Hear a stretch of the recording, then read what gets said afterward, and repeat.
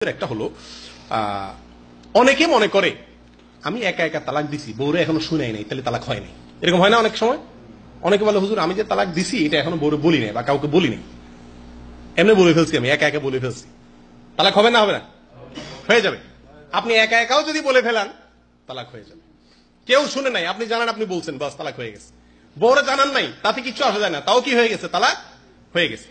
অনেক সময় বাধ্য করা হয় তালাকে,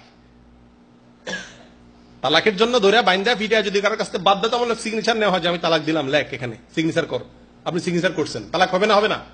হয়ে যাবে। আগেই বলছিলাম সালাসুন জিদ্দুহুন্না জিদ্দুন ওয়া হাজলুহুন্না জিদ্দুন।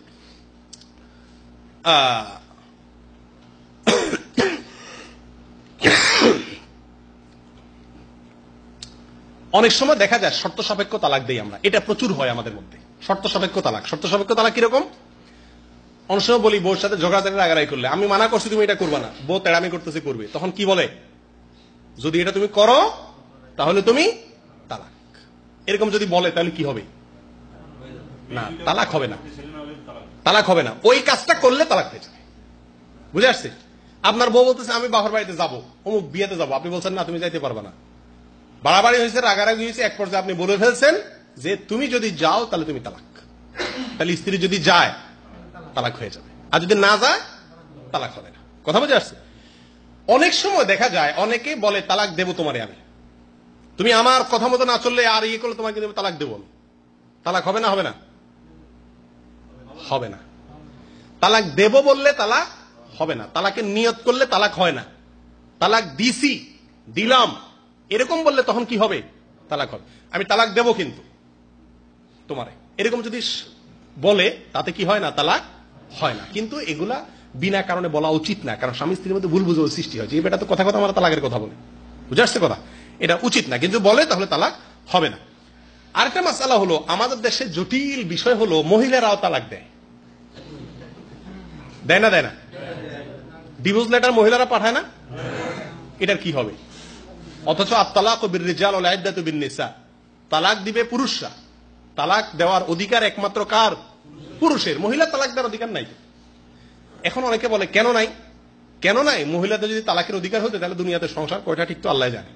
কারণ এরা কথায় কথায় কি করে, একবারে শেষ চিকিৎসায় চলে যায়, শেষ অস্ত্র ব্যবহার শুরু করে দেয়। যাই হোক, আল্লাহ মাফ করুক, ইল্লা মাশাআল্লাহ কিছু ধৈর্যশীলা তো আসেনি। যাই হোক, তালাক, মহিলারা তালাক দিলে তালাক হবে না। তবে এখানে একটা ফাঁক আছে। ফাঁক হলো তালাকের তাফবিজ বলতে একটা জিনিস আছে। আপনি যদি আপনার স্ত্রীকে তালাক দেওয়ার অধিকার সমর্পণ করেন, স্ত্রীকে যদি বলেন তোমাকে আমি ক্ষমতা দিলাম কি তুমি নিজের উপরে নিজে তালাক দিতে পারো, তখন সে তালাক গ্রহণ করতে পারে, তবুও তালাক দিতে পারে না। স্বামীকে তালাক দিতে পারে না। সে বলবে আমাকে স্বামী যে তালাক গ্রহণের ক্ষমতা দিয়েছে সেই ক্ষমতা বলে আমি তালাক গ্রহণ করলাম, এটা সুযোগ আছে। কিন্তু এক্ষেত্রে একটা জিনিস জানার বিষয়, আমাদের দেশে যে কাবিননামা হয়, এই কাবিননামা যে সিগনেচার করে এক বেটাও পড়ে বলে আমার মনে হয় না। কাবিননামাতে অনেকগুলো পয়েন্ট আছে, অনেকগুলো শর্ত নিয়ম কানুন আছে। এখানে সিগনেচার যে মাইরা দিয়ে আসে, পড়েও না ভিতরে কি লেখা আছে, ঠিক কিনা?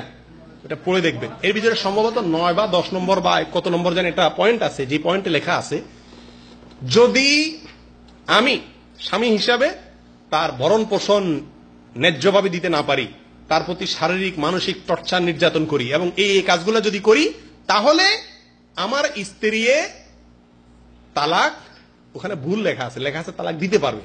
হবে কথাটা এরকম যে স্ত্রী তালাক গ্রহণ করতে পারে, সেই ক্ষমতা তাকে আমি দিলাম। আপনি সিগনেচার করে তালাক দেওয়ার ক্ষমতা দিয়েছেন বলে জানলো না। বুঝে আসছে কথা? এটা একটা জটিলতা। এখানে আবার ভাষাগত সমস্যাও আছে, এগুলো যারা করছে তারা মাসালাও বুঝে না, এটা একটা সমস্যা আছে। যাই হোক, এরকম সমস্যা দেখা দিলে যে স্ত্রী তালাক দিছে বা ডিভোর্স লেটার পাঠাইছে উকিল দিয়া, তখন ওটা ডিভোর্স লেটার ভাষা কি, কাবিননামায় কি লেখা আছে, এগুলো চেক করে কোনো আলেমের কাছ থেকে যাচাই করে তারপর সিদ্ধান্ত নিতে হবে। কথা বুঝে আসছে? আল্লাহ তাআলা আমাদেরকে তৌফিক দান করেন। একের বেশি তালাক না দেওয়া, একসাথে 3 তালাক দিলে কয়টা হবে, এটা একটা জটিল মাসালা, ওলামাদের ভিতরে ইখতিলাফ আছে।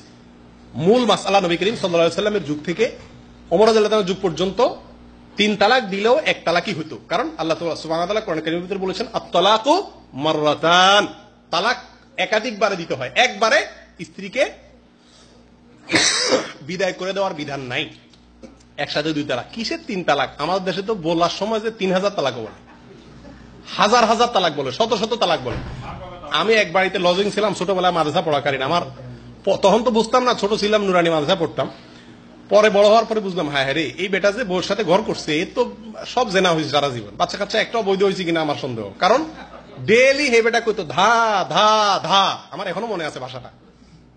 নোয়াখালীর ভাষায় বলতো কি, ধা ধা ধা ধা ধা, মানে বুঝেন তো, মানে ভাগ ভাগ ভাগ, এর মানে তালাক।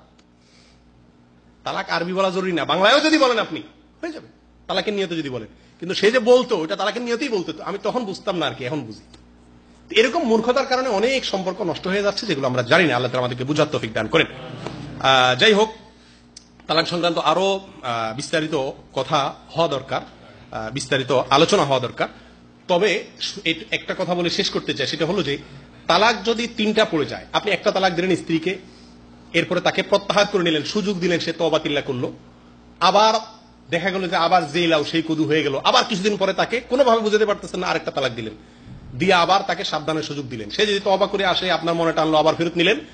এরপরে আবার যদি কি হয়ে যায়, 3rd টাইম যদি আপনি তালাক দিয়ে ফেলেন, তাহলে এই স্ত্রী আপনার জন্য কি হয়ে গেল, হারাম হয়ে গেল। এই স্ত্রীকে আপনি আর গ্রহণ করতে পারবেন না, হাত্তা তানকিহা যাওজান গায়রা। অন্য কোন স্বামীর সঙ্গে বিয়ে হওয়ার পরে সেই স্বামী তালাক দিলে অথবা সেই স্বামী মারা গেলে তখন আপনি নিতে পারেন তাকে আবার নতুন করে বিবাহ করে, এছাড়া ওই স্ত্রীকে আর গ্রহণ করার কোনো সুযোগ থাকে না। কিন্তু আমার দেশে এরকম 3টা মায়েরা দিয়া, এক লোক তো আমার কাছে আসছে বছর 2 আগে, আয়সা বলতেছে, হুজুর আমি তো এরকম দিছি। আমি কয়বার দিছেন, কয় এ তো হিসাব নিকাশ নেই। অনেক লোক এরকম আসছে, বাস্তব কথা।